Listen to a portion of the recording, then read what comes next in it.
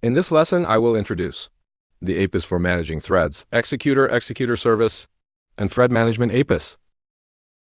In previous lessons, I introduced how to create threads in Java using two traditional approaches, extending the thread class and implementing the runnable interface. However, these traditional approaches have several limitations.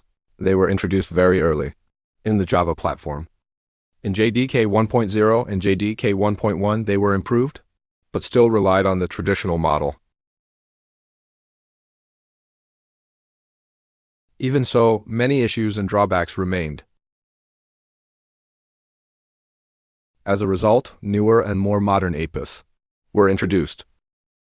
Released in JDK 1.5, these APIs improve thread and task management efficiency. They allow flexible creation of thread pools.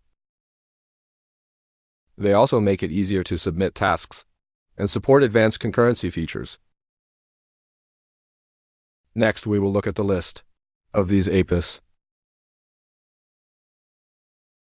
These are the commonly used APIs that we will study in the following lessons.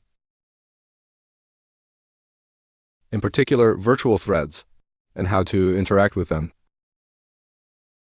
Working with virtual threads is handled through these APIs. Virtual threads will be covered in a dedicated chapter. In this chapter, we mainly provide an overview and basic interaction with these APIs. Thank you. See you in the next lesson.